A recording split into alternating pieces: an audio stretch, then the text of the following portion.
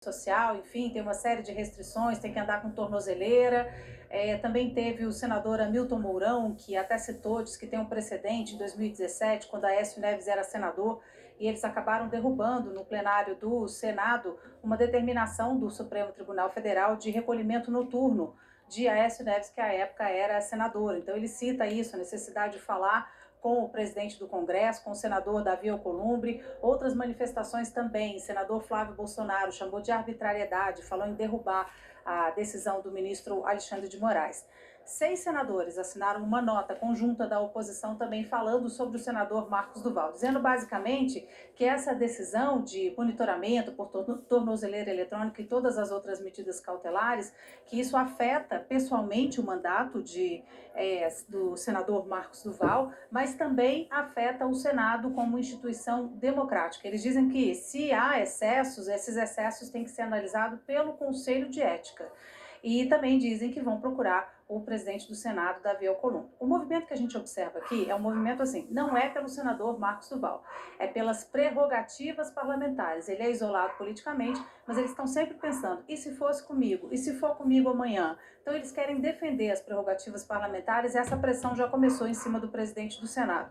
O senador Davi Alcolumbre, ele encaminhou a Advocacia Geral do Senado para acompanhar o tempo todo, desde o momento em que o senador Marcos Duval desembarcou aqui em Brasília. Então ele teve o acompanhamento da Advocacia Geral do Senado. A advocacia está passando as informações para o presidente do Senado, eles só foram informados formalmente dessa operação, dessa colocação de tornozeleira eletrônica, enfim, dessa recepção ao senador Marcos Duval por volta de 11h30 da manhã.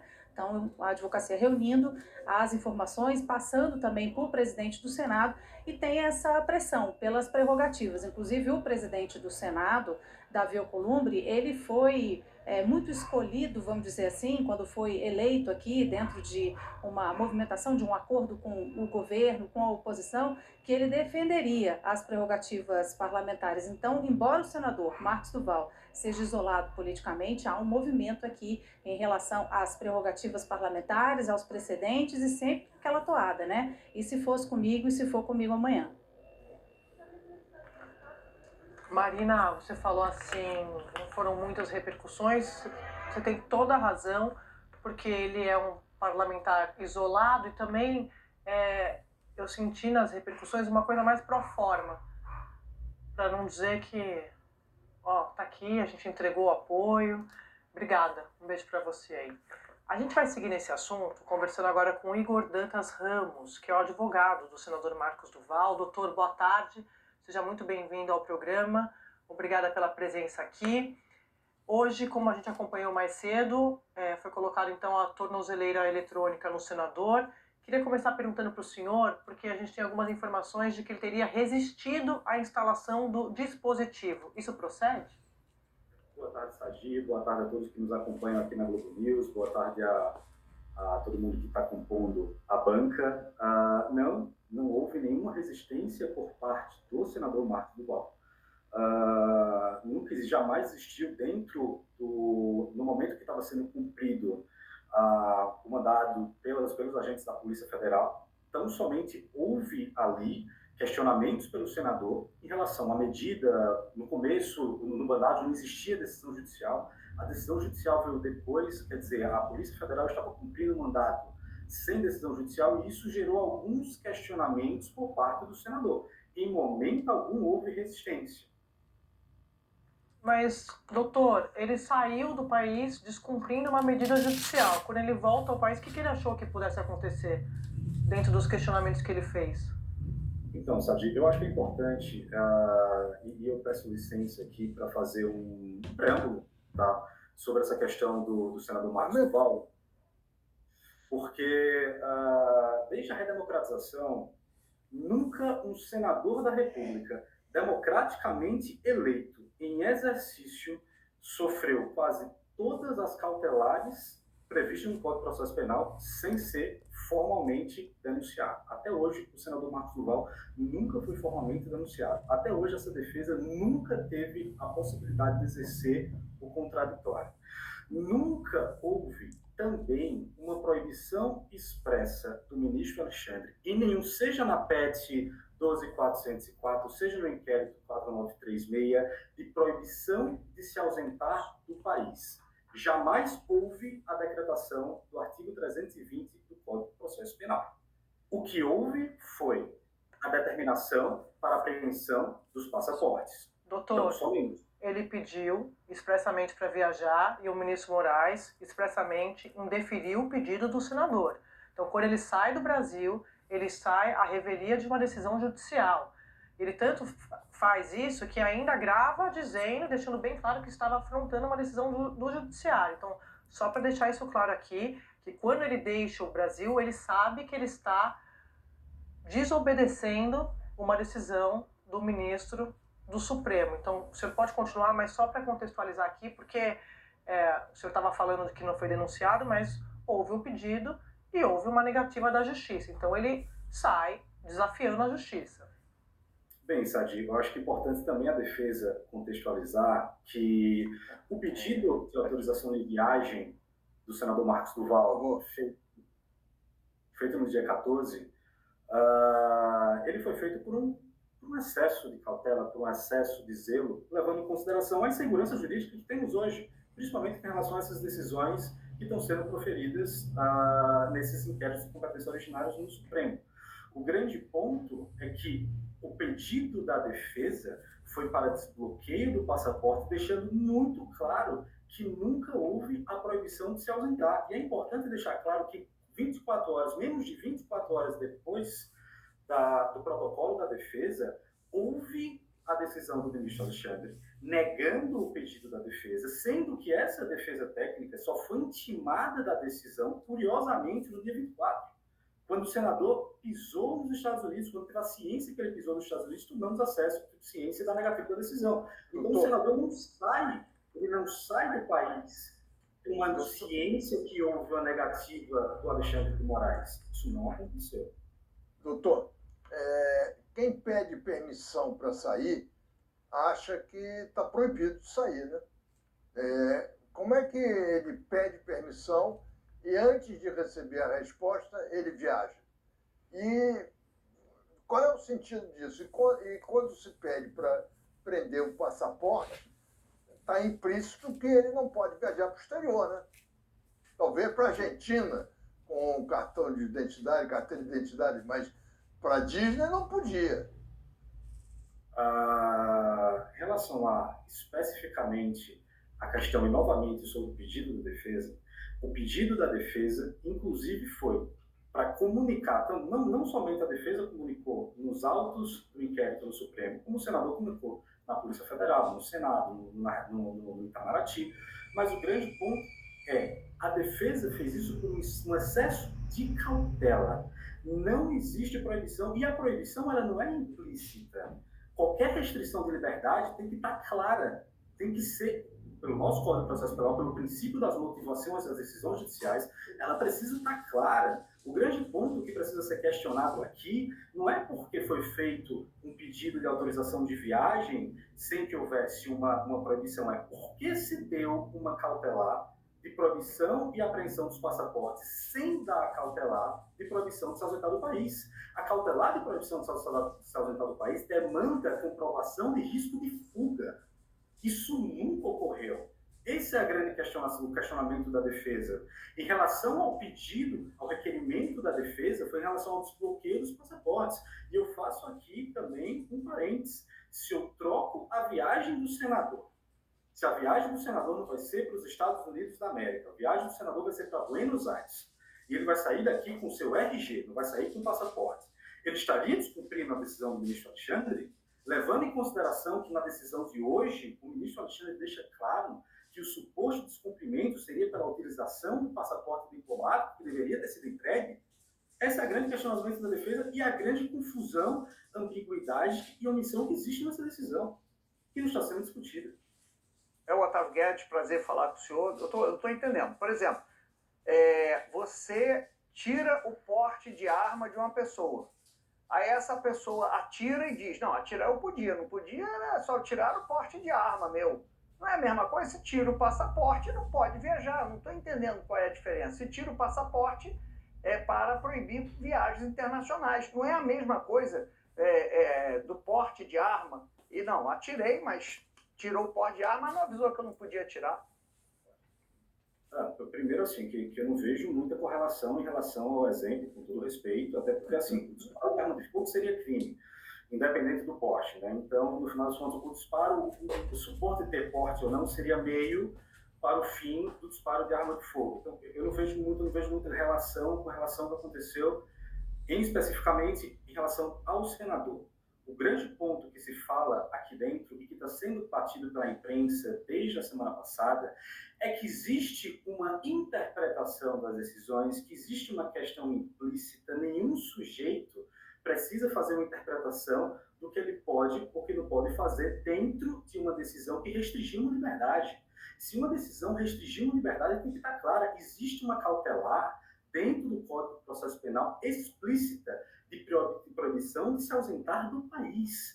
A apreensão do passaporte é uma consequência dessa cautelar. Então, assim, você não pode... E esse questionamento foi feito pela defesa e nunca houve um fundamento por parte do ministro Alexandre. Essa também foi uma dúvida da defesa. A defesa, em diversos momentos, levantou o ponto. Não, tudo bem, quer dizer que existe uma cautelar de proibição de se ausentar do país? Ou não? Porque na decisão não é clara. E o grande ponto, levando em consideração, eu repito, levando em consideração ao que existe na decisão hoje, dada pelo ministro Alexandre, a fundamentação pela violação da suposta cautelar, utilização do passaporte. Ponto. Eu volto para o exemplo da viagem no Mercosul. A defesa, se ele saísse, qual seria a fundamentação do ministro Alexandre se o senador Marcos Duval tivesse ido para Buenos Aires com a família? Qual seria a fundamentação? Se ele não deu a cautelar de proibição de se ausentar do país, então somente a cautelar seria a apreensão dos passaportes e ele não utilizou os passaportes. Esse é o tamanho da lacuna que a imprensa não está conseguindo enxergar dentro das decisões. É uma violação direta ao princípio constitucional, do princípio da motivação das decisões judiciais. Doutor, mas o senhor me desculpa, não foi só o ministro Moraes, né? Porque foi uma decisão unânime da primeira turma do Supremo em fevereiro deste ano, o senhor sabe muito bem, rejeitando o recurso do senador, mantendo o bloqueio da conta e entrega dos passaportes, inclusive o diplomático. Só para explicar para o nosso assinante, é um tipo de passaporte especial emitido pelo Itamaraty, o qual tem o direito, por exemplo, parlamentares, no caso do senador Marcos Duval. Então, assim, foi uma decisão referendada pela Corte, não é um embate com o ministro Moraes, uma decisão monocrática ali do ministro, não. Eu vou passar para o Valdo. Claro, o senhor tem todo o direito de... André. Aqui, né, Valdo? Achei que tivesse aberto ali. Fala. Eu passo para o doutor. Doutor Igor, boa tarde, Valdo Cruz. O senhor falou que existe uma insegurança jurídica no momento. Queria que o senhor explicasse melhor qual a insegurança jurídica, porque, como disse André, houve uma decisão ali referendada pelo plenário da primeira turma. Outra questão, quando ele faz uma comunicação ao Supremo, com certeza ele também tem dúvidas se ele pode ou não pode viajar. Senão ele não teria feito essa comunicação, ele teria ido. Aí o senhor alega que a resposta só veio depois que ele já estava chegando. Não seria uma precaução ele aguardar essa resposta e pedir, olha, quero essa resposta, porque eu preciso viajar. Ele não esperou essa resposta. Então, ele também tinha dúvidas sobre isso. Ele não tem pelo menos eu entendo que ele não tem essa certeza que o senhor está dizendo agora que ele tinha autorização de sair, senão não teria feito esse comunicado ao Supremo. Primeiramente, deu um pouco de ruído a segunda pergunta, mas eu vou começar pela primeira em relação à questão da segurança jurídica. Independentemente se a primeira turma do Supremo chancelou as decisões do ministro Alexandre, pela opinião da defesa, pelo nosso olhar, pela nossa ótica, existem decisões genéricas que não tiveram a devida fundamentação em relação a questões extremamente importantes, inclusive a restrição de liberdade, em relação ao senador. Em relação à questão do momento de insegurança jurídica, é que está tendo diversas decisões que, enfim, extremamente atípicas hoje em dia, muito mais intensas e, ao nosso ver, muito mais acessíveis, inclusive na época da Lava Jato. Então, esse é o nosso comentário em relação à insegurança jurídica, inclusive em tudo que aconteceu com o Marcos Duval. Não vamos nos esquecer que o Marcos Duval teve toda a verba de gabinete bloqueada, teve seu salário bloqueado, teve toda a sua vida. Hoje o senador Marcos Duval não pode fazer um Pix. Hoje o senador Marcos Duval não pode fazer uma transição financeira. Hoje o Marcos Duval não pode ter um cartão de crédito. Não pode ter redes sociais, e agora está com sua liberdade tolhida, sem que seja denunciado. Isso sim é uma insegurança jurídica. O que nunca houve, repito, nunca na história da redemocratização houve uma violação. O senhor pode... a gente estava aqui mostrando, eu não sei se o senhor já era advogado do senador em fevereiro de 23, mas a gente estava recuperando algumas falas do senador aqui numa entrevista que ele nos deu, falou com a revista Veja, o senhor sabe, obviamente, hoje muito bem disso, de um plano que ele teria discutido com o presidente Bolsonaro, à época ali no final de 22, junto com o Daniel Silveira, onde ele disse que o objetivo era anular a eleição, manter Bolsonaro no cargo e Alexandre de Moraes ser preso. Aí ele disse que eles tinham um plano ali para gravar o ministro Moraes. Do ponto de vista jurídico, isso não é basicamente uma confissão de um crime? Queria que o senhor explicasse para a gente. Não, primeiro que assim, em relação às declarações que o senador dá para a imprensa e suas conotações políticas, não cabe à defesa comentar. A gente se manifesta ao que tem nos autos. Eu me manifesto especificamente... Mas isso mas a entrevista passou a fazer parte de uma investigação, certo? Então também é um problema penal hoje, ou não? Exatamente. Cuja investigação está há 2 anos e não tem denúncia. Cuja investigação já houve relatório da Polícia Federal. Mas do ponto de vista jurídico, essa fala dele significa o quê? Essa que é a minha dúvida. Ele dizendo que... Curioso é que esses advogados de bandido, eles pensam assim: olha, eu só vou falar o que me interessa e o que interessa para o meu cliente ou ao meu cliente. Esse camarada aí, ele vem falar desde a época da redemocratização que nunca houve tamanha arbitrariedade. Talvez o próprio STF estivesse equivocado, levando meio que no banho-maria. Precisou a tentativa de golpe de Estado, de 8 de janeiro de 2023, para que o STF e seus ministros se dessem conta de que o assunto é muito mais sério do que eles poderiam, ou a população brasileira poderia imaginar. O fato é que Bolsonaro já está preso, tornozeleira eletrônica talvez seja uma das maneiras mais humilhantes, mais perto do que o Bolsonaro fez contra a população brasileira como um todo, isso não é nada.